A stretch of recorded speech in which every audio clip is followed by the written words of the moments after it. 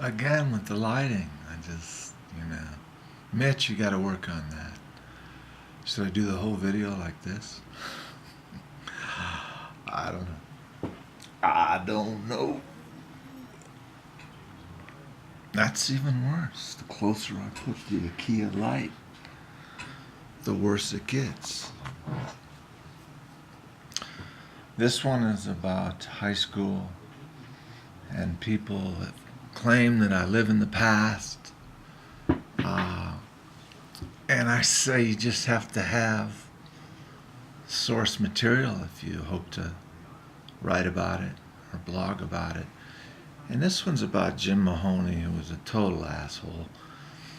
I made friends, John Hogan, ninth grade, Saginaw, Michigan. Eisenhower High School, name since been changed, 1974, 75, something like that.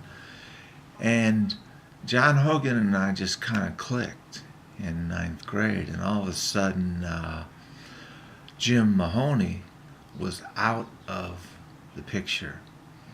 And he was a total asshole. He was, like everybody, 5 inches taller, 40 pounds heavier. There's nothing I could do. But I finally got back to him. I saw him on Facebook, and I sent him a really edgy Christmas card, video card. And it started out with "Merry fucking Christmas, Jim." And I invited him over. I told him, this is when it was working out, I was 6'2", 220 pounds, and I lived on South Federal, and he should come on over and have a beer.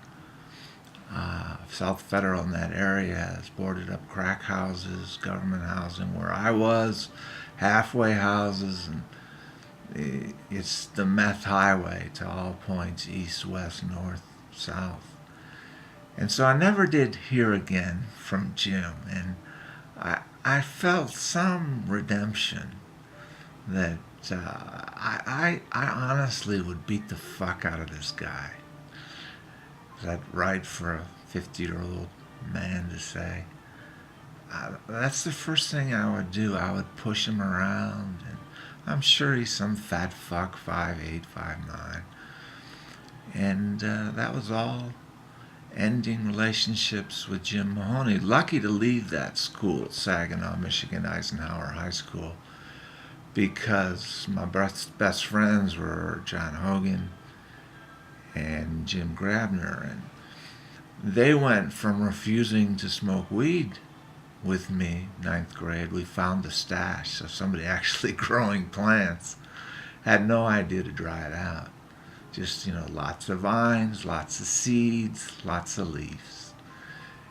And we found this stash of marijuana, and they were kind of excited about that. But 2 years later, I got a call from both of them on the phone saying that they wanted to visit. They figured out that Mahoney was just jealous of a friendship. This is weird with guys, you usually think of this as girls.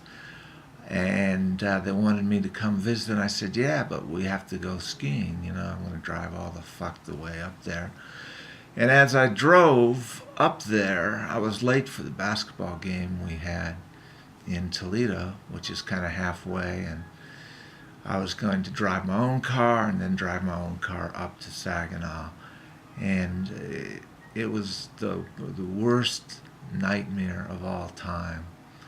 These guys had grown to dropping acid every weekend, and John Hogan was smoking cigarettes at the time, which was just totally idiotic. And Jim Grabner was out of it as well. And there was John Mahoney. And I wasn't a drinker, so I pounded down 4 beers and then slurped it up outside and spit it out. And John Mahoney came up, "You're not going to do that in the Denny's, are you?" Just that kind of shit. It still went on until I finally got called his bluff. So there's a story for better or for worse. Maybe for worse.